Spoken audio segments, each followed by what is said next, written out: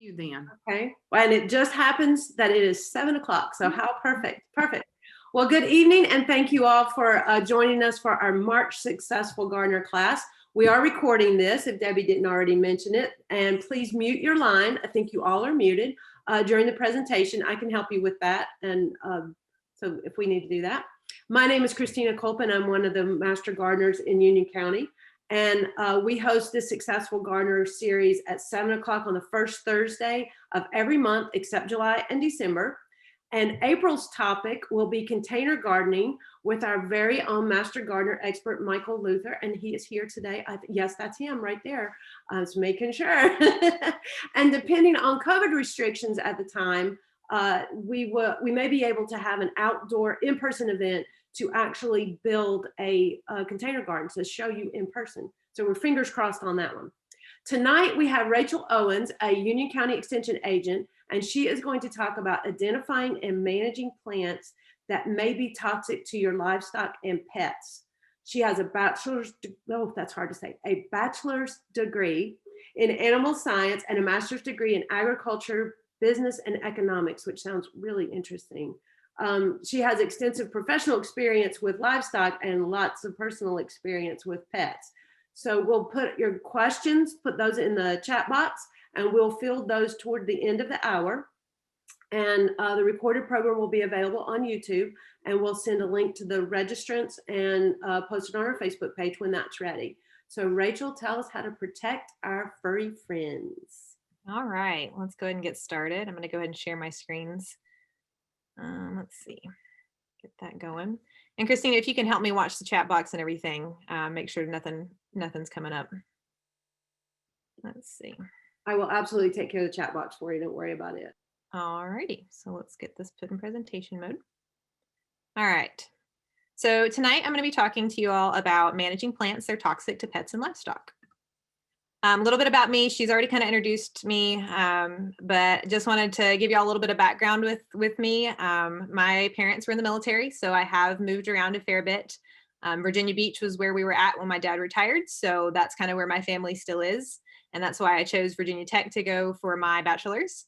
I did choose to do animal science, and with that degree, you get to pick which species you want to focus on. So I picked horses and companion animals. And then I decided to go all the way out to Texas for my master's degree. I really enjoyed my time out there. It's a very different world, but I eventually realized I missed trees and the color green. So I decided to move back to the East Coast. I spent about 9 months as an extension agent up in Virginia in Giles County.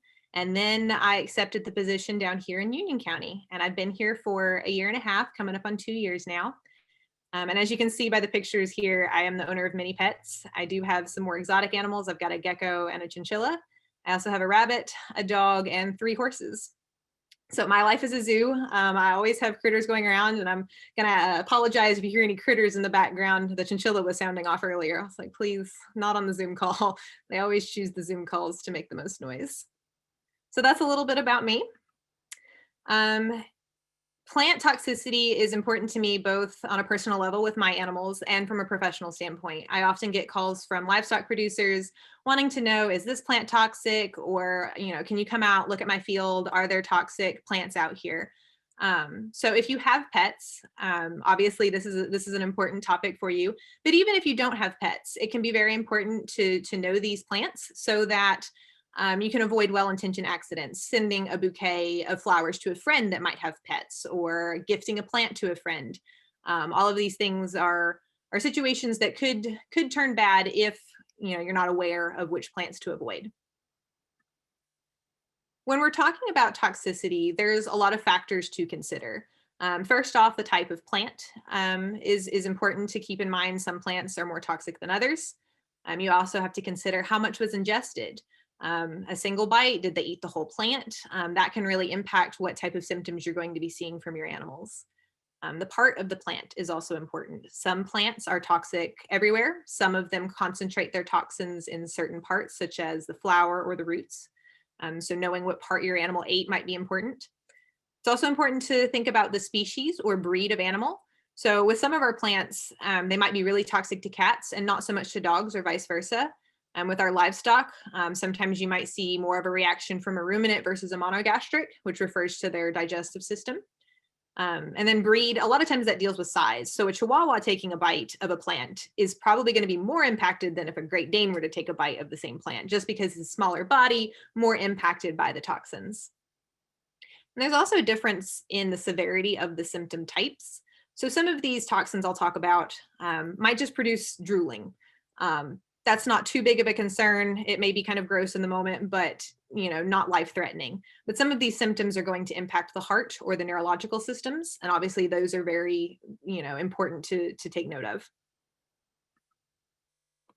So I want to start this conversation with looking at house pets. Our house pets are kept indoors a lot of the times, so that means they have access to our indoor plants. So that's going to be an area of big concern. A lot of times when you bring in a plant, sometimes it's something new and exciting and they want to mess with it. They want to chew on it, see what is this. Sometimes animals that are kept indoors can be a little bored and the plant's something to play with.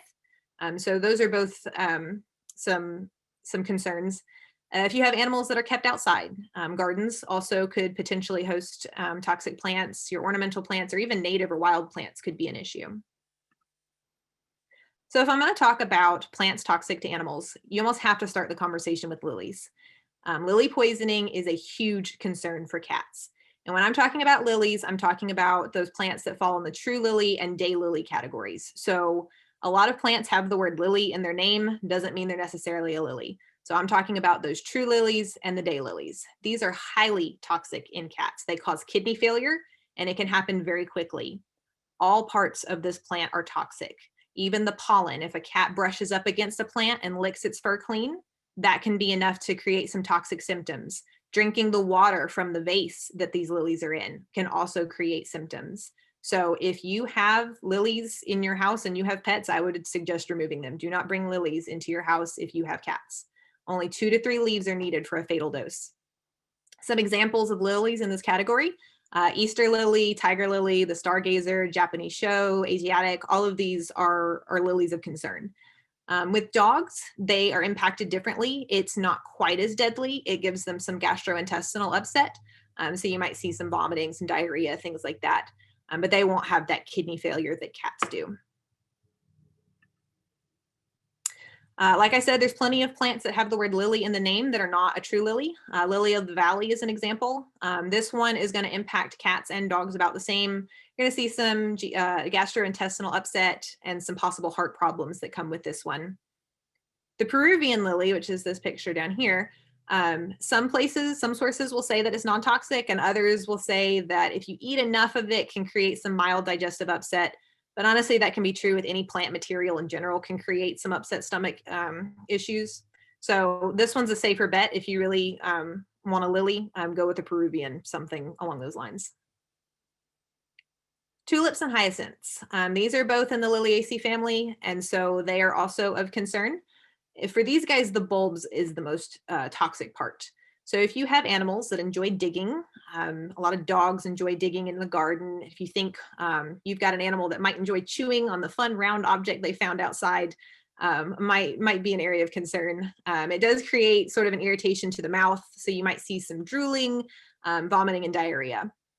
You're going to notice that a lot of the symptoms repeat. Vomiting and diarrhea tends to be a general, my body is upset sort of reaction to these toxins. So most of them are going to have some of the same symptoms, but it's the above and beyond symptoms that we'll take a look at. Autumn crocus, also part of the Liliaceae family. Common name is sometimes called meadow saffron. This one's not to be confused with the spring crocus, which is in the Iridaceae family.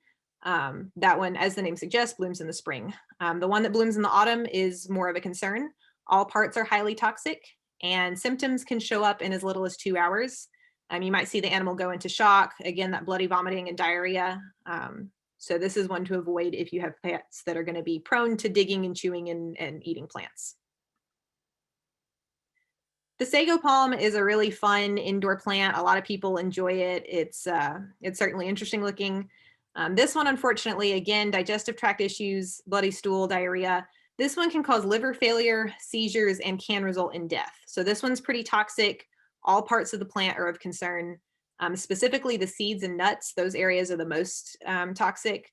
So here's an example of a male plant with the cone and a female with the seeds.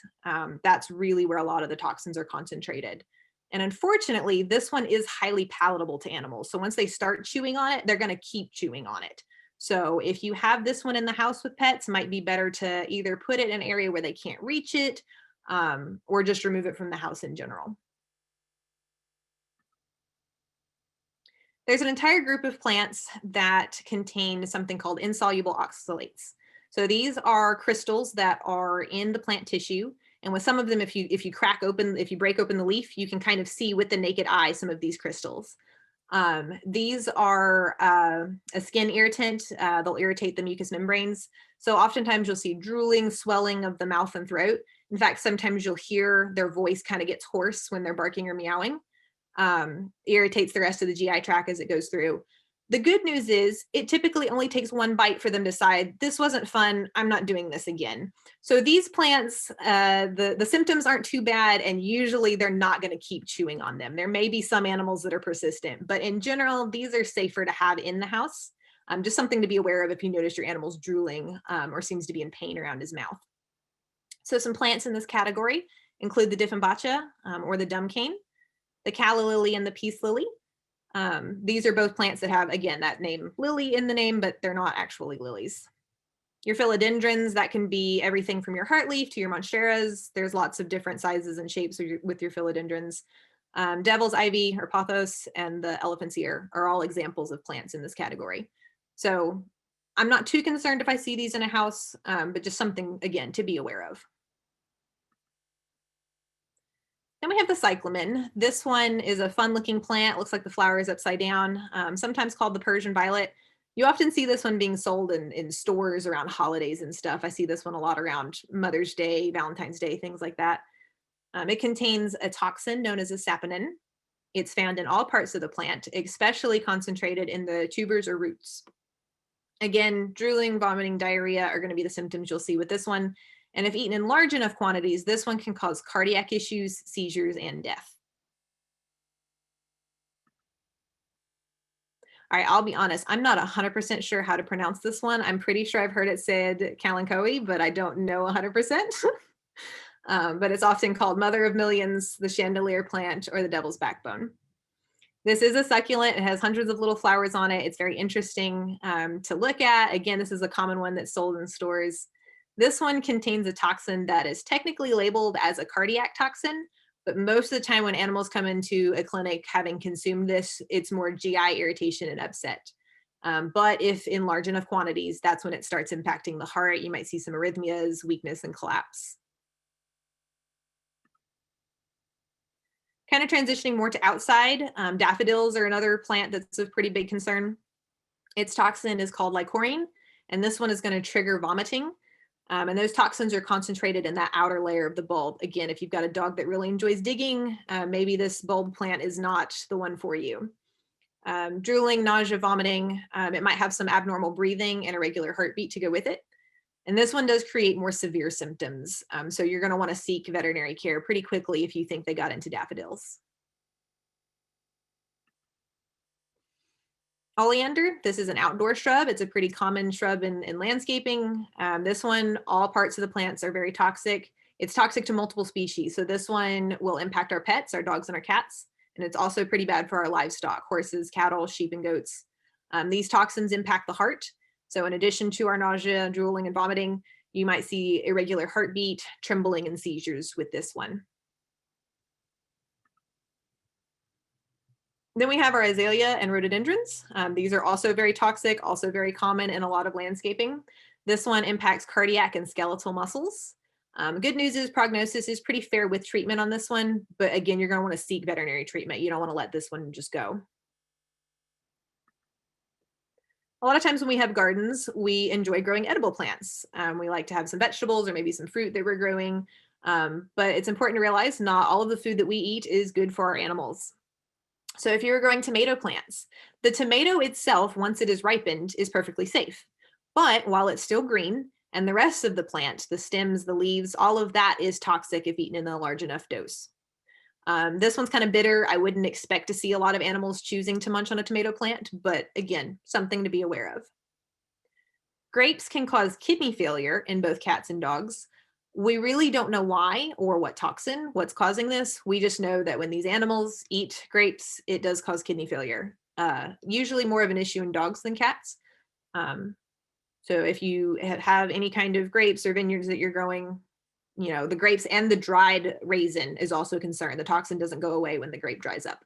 So that's also something to keep in mind.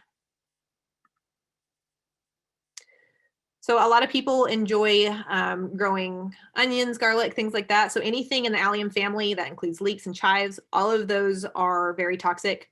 Garlic is the absolute worst. That one's much more toxic than the others. Chives are on the lower end, but still, you want to avoid these plants around dogs, especially if at all possible. These cause something called hemolytic anemia, which is rupturing of the blood cells. So this is going to interfere with the body's ability to get oxygen to the tissues that need it. So in addition to your diarrhea and vomiting, you're going to see an animal that's very lethargic. Its heart rate is going to be increased along with its respiration rate as it's trying to get oxygen into its body. You'll notice the gums will be very pale. That means that there's not enough oxygenated blood getting through the body, and will eventually lead to an animal collapsing and then dying. It's pretty bad. So I would be on the safe side. If you're going to grow onions, garlic, make sure it's in an area where the dog can't get to it. If you have any kind of fruit trees, a lot of fruits have a pit in the center. Honestly, this is a choking hazard and can create intestinal blockage if they do choose to eat it. And some seeds do have some toxins associated with them. Cherries and apples are examples. So the fruit itself is often fine. So if you're wanting to feed some fruit to your dog, small quantities, and make sure you remove stems, seeds, peels, anything like that to make sure that no toxins and no choking happens. Same kind of thing with the nuts. Again, choking hazard, intestinal blockage is a possibility. But walnuts, macadamia nuts, pecans, and hickory nuts all do contain toxins, and you'll look for more neurological symptoms here. So seizures, tremors, things along those lines. That's usually not too much of an issue with animals. They're not prone to just picking up nuts off the ground and eating them, especially if they're still encased in their shell. But some animals will just get it in their head that they need to chew on something, and that might be what they choose to chew on. So if you have these in your yard, just make sure your dog's not choosing to munch on those. The good news is I've been hearing talk about all these toxic plants. There are plenty of plants that are safe for our pets. So that's the good news. If you like indoor ornamentals, here's a list of plants that animals are safe around. Some examples are your spider plant, the Boston fern, and the staghorn fern. Both of those are safe ferns to have in the house. Swedish ivy is a good safe bet. Your Echeveria succulent, sometimes called hen and chicks, is another good option if you like succulents, low maintenance plants. Your Hoya or wax plant is a good option. The prayer plant, that's what's pictured right here. African violets, the parlor palm, orchids, all of your peperomias, those are all good safe bets. The nerve plant and the ponytail palm. Ponytail palm has these long streamers. Cats like to bat at them and have fun with those. So it's good to know that they are safe. The cat can bite and chew at those and won't suffer any damage. The plant might be damaged, but the animal will be fine. If you're wanting to grow a vegetable garden, there's plenty of vegetables that you can grow that will be safe for dogs and cats. Carrots and zucchini, any of our leafy greens, so lettuce, spinach, chard, any of those are all going to be safe options. Your brassicas, that's your broccoli, radish, turnips, those sort of things. All of those are safe for animals if they do choose to eat them. Your cucurbit, so that's your cucumber, pumpkins, watermelon, all of that. Most beans and peas are also pretty good safe bets. So if you're wanting to do a vegetable garden, there's plenty of vegetables that are safe. And this is not an inclusive list. There are plenty of other plants that I haven't even touched on. I just figured y'all didn't want to hear every single plant out there listed and what's toxic and what's not. There's also herbs that are available that are safe. Basil is a usually pretty safe bet. Dill, lavender, thyme, mint, and catnip's also in the mint family, cilantro and rosemary. So these are herbs that you can grow. Some of them will do fine indoors as well as outdoors. So again, you have options. It's not all doom and gloom. So now I want to transition to plants that are toxic to livestock. So I don't know how many people on this Zoom call actually have livestock. Some people may be thinking this isn't super relevant to me, but maybe you have a neighbor that has livestock. And so you need to be aware of where you're planting things in relation to a fence line. Sometimes people, when they're in their gardens, they'll have a lot of plant material that they've either pruned or trimmed. And, sometimes it's easier just to toss that plant material over the fence. But if there are animals on the other side of the fence, that can have some pretty disastrous consequences. So just being aware of these things, can help you be a better neighbor, a better steward of animals. So grass clippings, we see this one a lot, especially with horses. People see the horses eating the grass and they're like, well, I just mowed and I have all this grass that's just laying here. I'll throw some of this grass over the fence for the animals to eat. Unfortunately, that can create all kinds of problems. First consideration, herbicide residues. The herbicides that people apply to their lawns are not labeled for livestock to eat. So there could be some residues that are of concern. If the clippings were in mounds and they stayed wet, there was the potential for mold to form, and some mold can be very detrimental for our animals. If the clippings were allowed to dry out, a lot of times the particle sizes are pretty tiny, and so you'll have issues with it being dusty. Horses are actually prone to something called heaves, which is basically the horse equivalent of COPD. So it's a chronic respiratory issue. So dry, dusty feed can really make that worse or create a problem. Grass is also pretty high in sugar. So when we take this grass and we condense it down, the horse suddenly doesn't have to work and pull and graze and get the grass the hard way. It's suddenly all in a nice, easy to grab pile. It's easy for them to overeat pretty quickly and create too much sugar in their bloodstream. This can create two issues. Colic, which is our general term for an upset stomach. Horses can't actually throw up. So if they have an upset stomach, it can become very difficult to alleviate. And a lot of times surgery is one of the only options to fix it. So colic is something that every horse owner is terrified of. The other issue that might arise is something called laminitis. It's also called founder sometimes. And basically what happens is because there's too much sugar in the bloodstream, a section of the hoof actually starts to break down, and the bone in the hoof will either start to rotate and in extreme situations can drop through the bottom of the foot. Once that happens, there's no fixing it. There's no going back. The animal pretty much has to be put down. So horse owners are terrified of colic and laminitis, and grass clippings can contribute to both of these. So horse owners do not want grass clippings over the fence into their pasture. Eating too fast, if you have a really young or enthusiastic eater, sometimes they can bolt it down too quickly and it'll get lodged in their esophagus and cause them to choke. All of which, expensive vet bills. If you have horse neighbors, just be respectful and keep your grass clippings on your side of the fence. Cherry leaves. So cherry trees, when their leaves are green, it's not super toxic. And when they've completely dried and browned, they're not really toxic. But when they're wilted, they contain cyanide. So if you have a tree and a limb has fallen off of it through a storm, through pruning, something along those lines, these leaves can be very deadly. So cyanide, it's pretty rapid onset of symptoms. We're talking 15 to 20 minutes. Again, cyanide is going to inhibit the body's ability to absorb oxygen. So again, you're going to see that labored breathing, collapse, tremors, and even death. And this happens so quickly, a lot of the times livestock owners don't even have a chance to find the animal and realize something's wrong.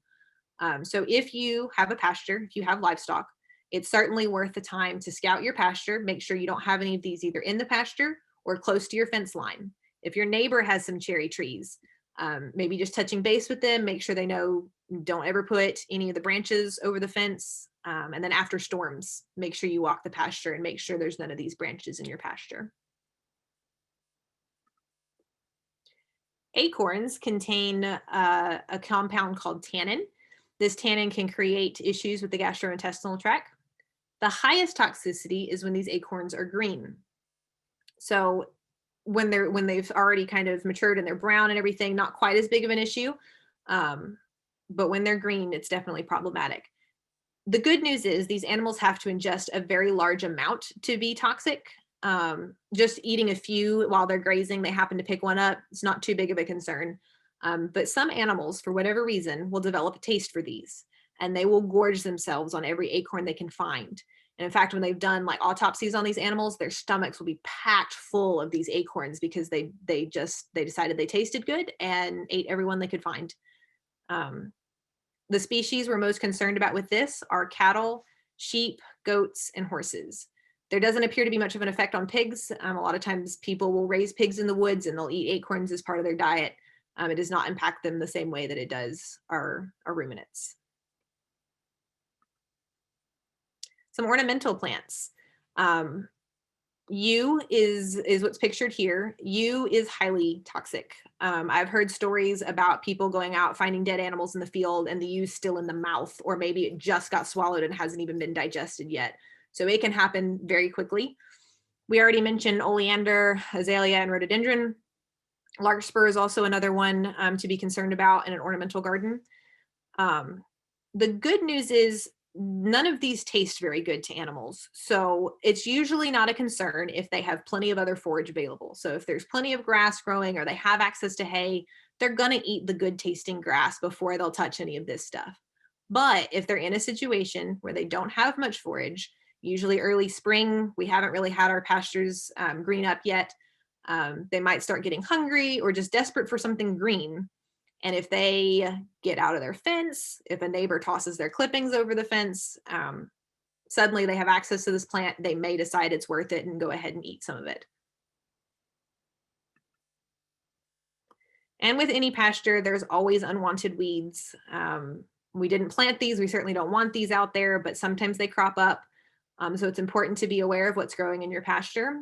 Just a few examples of weeds to be concerned about in a pasture with animals includes milkweed, which is the first one pictured here, nightshade, which is the one on the bottom, horse nettle here in the middle, and then buttercup.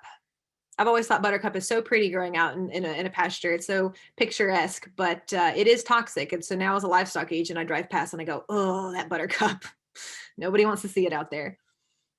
So make sure you're scouting early for signs of young plants. So if you know you've had issues with specific weeds in the past, if you know last year you had a massive buttercup infestation, this year you're probably going to have buttercup issues too. So start looking for them when they're young, before they start to flower. When they're still pretty small, that's when it's easiest to control them.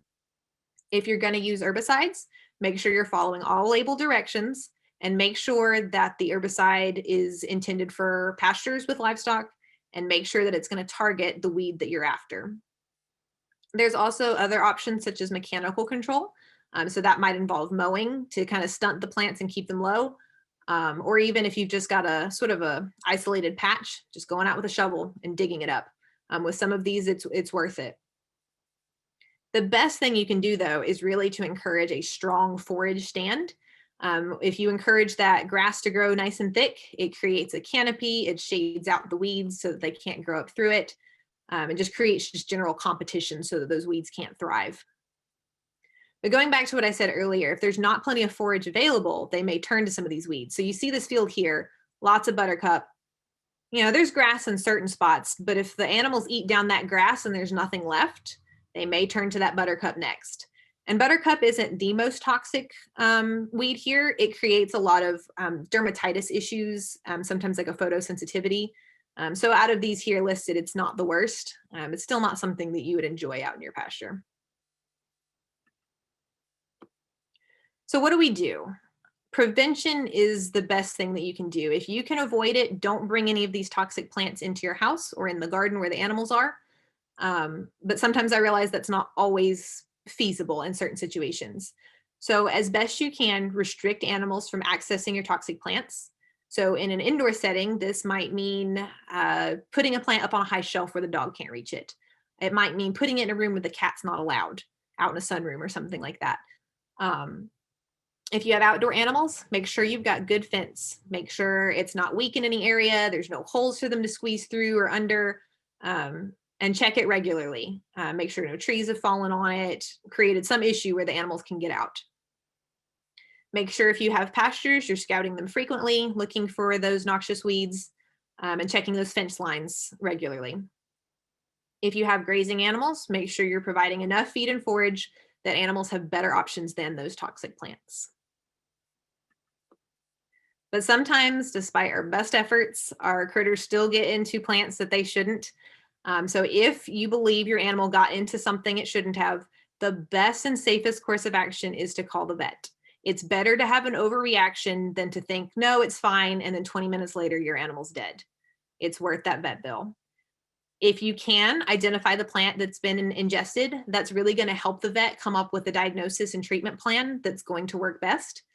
Sometimes, though, we don't know what our animal got into. He just comes in one day and he's not looking good. We're seeing that lethargy and he's throwing up and something's not right. Still call the vet, but if you happen to know what it is, definitely let the vet know. A lot of people think inducing vomiting is one of the best things you can do. Unfortunately, that can have some pretty dangerous consequences. It seems logical. If there's toxins in its stomach, remove them from the stomach.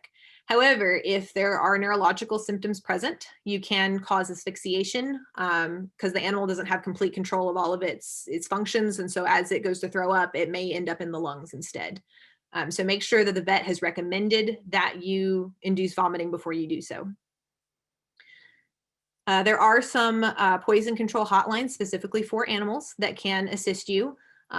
It's important to realize that there are often fees associated with calling these numbers. So, you can use these poison hotlines, but they're not, a free substitute for the vet. You're still going to be paying some money here. And the vet is really going to be able to customize their recommendations for you, your animal, your situation. You can go on Google all day long and Google some of this stuff. But the vet's going to know how to take all of the information, all the factors, how much did he eat? Is he on any other medications? Factors like this, and know what to do in this situation. So make sure you call your vet. So there's lots of resources. If you are concerned about some of these plants or if you want some more information, the Pet Poison Hotline, their number is listed here. They also have a website. They have some educational articles and they do have some list of plants that are of concern. And their website is petpoisonhelpline.com. The ASPCA has a great plant list. It has well over 1,000 species of plant on it. They list them as both toxic and non-toxic, and they list it out by species as well. So if you're concerned specifically for your cat, you can click on the cat button and it'll show you just plants that are relevant to cats. So that's a really great resource, if you're wanting to learn a little bit more. NCSU actually does have a website. It's called Plants Poisonous to Pets and Livestock in North Carolina. I will say this website is not the most user-friendly. It lists everything by scientific name. So if you don't already know the plant scientific name, it makes it a little bit difficult to find the plant that you're looking for.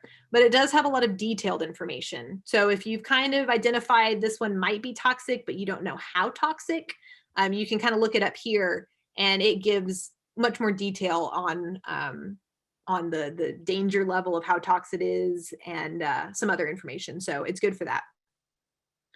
NCSU also has another publication, Poisonous Plants to Livestock. That one's really helpful because it divides things up based on toxin type and symptoms. So all of the plants that have similar toxins will all be in the same category. And it even lists out weeds that'll cause mechanical issues like cockleburrs, things that'll injure them, from a physical standpoint. So that's a really good resource. You can Google just NCSU, Poisonous Plants to Livestock. It should be one of the first things that comes up. Your local vet is also a huge resource. So, if you have a question, if you're concerned, do I need to bring him to the vet? Call your vet. If you've never taken your animal to a vet, it's a good thing to have that working relationship with the vet. So they have your animal on record. They know who you are, know who your animal is. And all of that can be really helpful in the middle of an emergency. So don't wait until you're at that point to decide to call the vet for the first time. So does anybody have any questions? I know I moved through that pretty fast. We do have some questions, and Awesome. that's an adorable picture right there. So going all the way back to alliums, does that include the wild onions that let's just say are making up a large part of my yard right now? Yep, I'm in the same boat. My yard is mostly that stuff. It is in the same family. It is a concern, but it's not near as potent as, say, garlic or a true onion. So it is a concern. It is a concern with livestock even. You will see on things that it says, don't let them, graze it. They won't tend to graze that over grass, but you can always tell when they have been grazing it, because I'll check sometimes. My horses will have a nice like garlic onion breath, and I'm like, oh, you've been eating that again, haven't you? But if they have plenty of grass, they're not going to choose that. And most dogs are not going to go for that onion grass. But yes, it is a concern if they do ingest it. Okay, so the next question is, and it's going to be bigger than what Robin asked, because I'm going to add to it. She says, can dogs grow any type of immunity to pecans? My dog eats the ones that fall on the ground all the time and has for years. I am not sure if they can build up an immunity. It's possible that he has over time, and it's also possible he's not eating enough in one sitting to create issues. That's another thing to consider with toxins and poisons, is dosage and then like the time period in which they're consuming it. So if he's eating a couple here, a couple there, a little bit tomorrow, he may have built up that immunity and it's not hitting his body all at once. So when they fall on the ground too, they're in those, what's it called? The outer shell. Is that a husk? Whatever that term is. So my question was, because I have hickory trees, and you had hickory nuts as part of the issue too. My dog will chew on the hard thing. He doesn't ever get to a nut, but he's chewing on that husk on the outside. What about that? And same thing for pecans, I guess. What about that? I'm not 100% certain where it's concentrated. I would assume the nut itself probably contains more of the toxin than the outer husk, but I don't know the exact concentrations. Okay. I just thought it would be bad because it's so hard. I mean, you can hear him crunching on it. Yeah. And so while we're talking about round things that fall on the ground, what about sweet gum balls? I did not see sweet gum balls pop up when I was doing this research, but that would be one of those. I would check the ASPCA toxic plant list and make sure that it's not on that toxic list. It hasn't killed him yet, but yeah, he eats it a lot. So the next question is about the wilted cherry leaves, which I had heard about, but I didn't realize it was wilted. So that's really good to know. What about deer? How does it affect them? I'm not familiar with how that's going to impact deer. I just know how it impacts our livestock. But you're right, it is the wilted, because a lot of people, they think cherry tree and they're like, I have to cut the whole tree down. And while it's green, it's actually not too big of an issue. And if the leaf breaks off without that petiole being attached to the branch, it's not a concern. But if it's all connected still and starts to wilt, that's when it's a concern. So it's pretty specific conditions. So a lot of people freak out about cherry trees, but as long as you're watching and make sure there's not a bunch of down limbs, you're usually pretty okay. Okay. So Annie asked, I've heard of people bringing acorns to pig farmers. Is that true or a no? But you did say that. Yes, pigs actually do enjoy eating acorns. In fact, I helped our small farms agent. We did a video series with raising pasture pork, and our small farms agent was actually able to get acorns from some sort of botanical garden. They were getting rid of them anyway, so they were collecting them. And he asked, do we want them for the project? And so the pigs loved rooting around in there and finding the acorns and chewing them up. So pigs, it's all right for them to eat. Cool. I have some pigs in my backyard, but they have big fluffy tails and they're gray. Yeah. Holly bushes. Are holly bushes poisonous to dogs? You would think they wouldn't want to eat something so prickly, but usually if you've got something that thorny, they tend to leave it alone. But if they do munch on it, best I remember, holly leaves do tend to be toxic. I don't know how toxic or what the symptoms are, but I remember not recommending that people plant those around animals. Okay. And so ASPCA would be a good place to look. Yep. I know what about if a cat or a dog eats a ladybug or several ladybugs? And she said, I know this is about plants, but while we're here. That's another one that I have never stopped to think about. I know they release that horrible smelling fluid when they're touched. So I don't know if that's toxic or if it's just a bad smell. I'm not sure about that one. It's an interesting question. Aloe vera plants, are those poisonous to pets? Aloe vera is toxic. It's not the most toxic, but it's certainly not one that you want them eating. You're probably going to see more of your gastrointestinal upset with a plant like that. Interesting.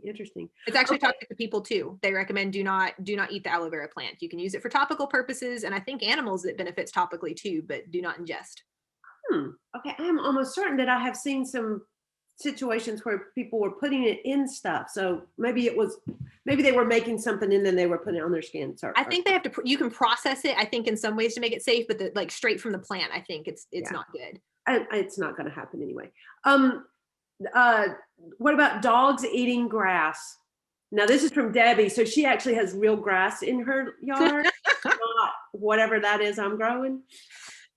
So dogs will often eat grass because the rough forage aspect of it, their digestive system's not meant to handle it. And so it causes that vomiting reflex. And so a lot of times dogs will eat it in order to vomit. It's not necessarily that the grass itself was toxic. It's more just the dense plant material caused that reaction. So they'll do that a lot of times when their stomach's feeling bad from something else. Yeah, from eating toys or something. Yeah. Yes. That's been my experience. What about peppers, both the plants themselves and the fruit? I didn't see peppers come up on either the safe or the toxic list. So I would probably assume that maybe there's some degree of toxicity, but not as deadly as some of the other stuff.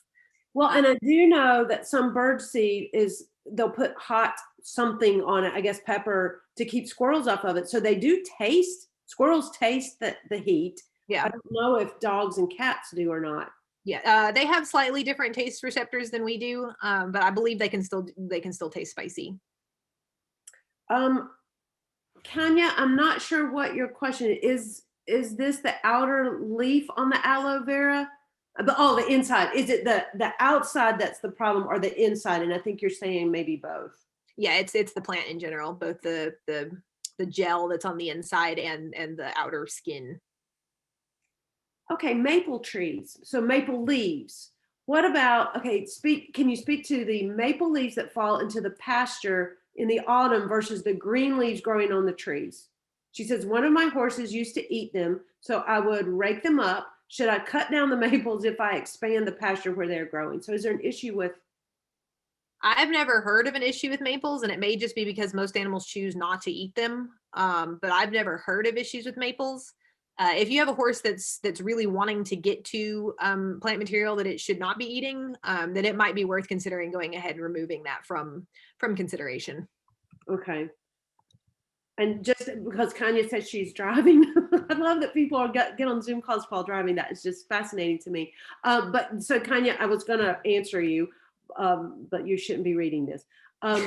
She's saying that all parts of the aloe vera plant are not good for pets or people to be ingesting. It's okay topically, but not to ingest. Yeah. Wild blackberries. Why in God's name any animal would want to eat that, either get anywhere near it? I can see the berries, but what about wild blackberries? That one is one I'm not familiar with. Again, I didn't see it on. So when I was picking plants to include in this presentation, I was making sure it was those ones that either was really common in household or garden settings, or ones that are incredibly toxic. Yeah. So this might be one that is either not toxic, or if it is toxic, it's pretty mild, or animals choose not to eat it because, most of the time when things are spiky, prickly, some hard, animals tend to not eat it. Even deer will leave that alone usually. Yeah, that's a pretty good indicator that, yeah. Usually. Okay, those are our questions. Anybody have any more? Oh, no, we've got some more. So Sheila says, my vet actually recommended aloe vera juice. It's a purchased product, so it is processed somehow, as a stomach buffer for my horse when he needed a course of, I don't know what this is, some kind of pain medication. So, but that was a processed. Yes, I think they do something in it when they process it, because everything I've said says the plant is bad, but you're right. I have seen products that are like aloe vera juice and things like that. So maybe they're extracting a certain compound from the plant that's not toxic and leaving behind the thing that is toxic. I did not look up what's causing the toxicity in an aloe plant. Well, and because it with aloe vera plants, it's so, like, if you've got one of those sitting on your table, it's really easy to just pull one off and all that stuff is in there. I don't know how to process it. So it's good to know that with processing, then it can be okay, but we're not going to do the processing. We're going to buy it. Probably safer. Yeah. Robin says she's realizing that her dog and cat probably Could be sick or dead due to so many of these plants, so she's gonna have to go fix her house. I think it's But like I said, there's some animals that are going to be just a lot more prone to chewing on things, young puppies. I've got several plants on that list that, my dog right here, she doesn't care anything about the plant. She's not going to bother them. But my family visited with some puppies and I forgot to pick up my aloe plants. And what did they do? Started nibbling on it right off the bat. So plants had to go up. There's ways to modify things where put them up higher where the animal can't reach it and it'll be okay. And most critters aren't going to mess with it. So depending on what your risk level is, if you're comfortable with recognizing that this might give them an upset stomach if they eat it. Some of the plants like lilies, don't bring those in your house. That's really serious. But some of the other ones, there may be some wiggle room. So this isn't a don't have these plants at all. It's just be aware. If you start seeing symptoms, if you start seeing your animal go for it, maybe make some changes then. Yeah, exactly. And the lily, that was a good one to start with because I've had a few of those around the house. And so that will never happen again.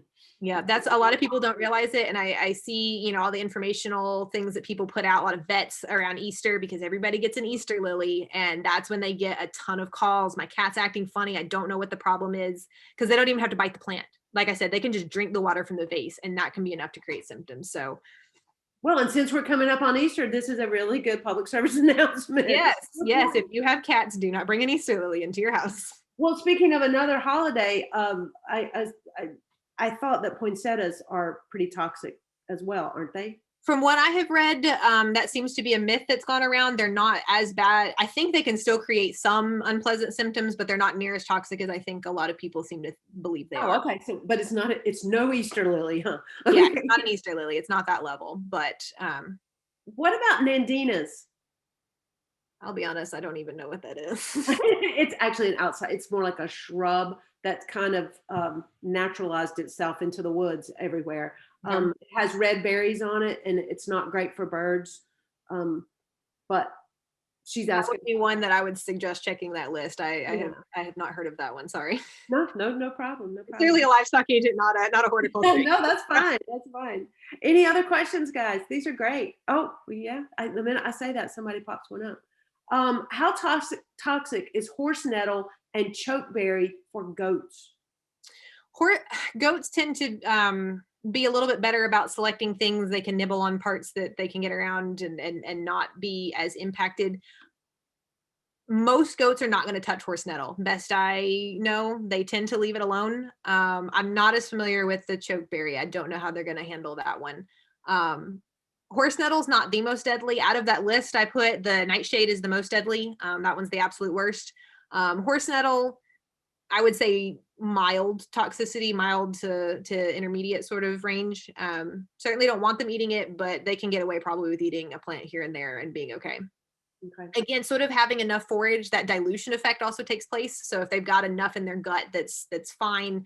Eating one or two horse nettles is not going to be too big of a problem. Oh, somebody apparently went and looked, and Nandina is on the ASPCA toxic list. So now we know. There you go. It's got a lot of problems. Trust me. The native plant people don't like it either. So, got it. We're just going to say X on the Nandina there. Just get rid of it. Yeah, I wish I could. Well, you ought to read the chat because that everybody just loved the presentation and it's great information. It's a great place to start. So, or actually it's pretty in depth. So we're going to all go clean up our houses now for our pets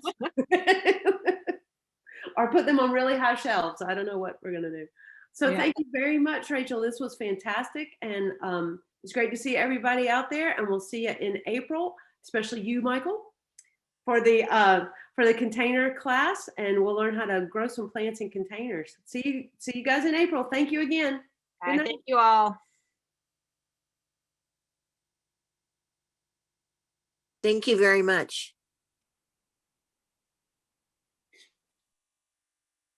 Night. Thanks, Debbie. Yep.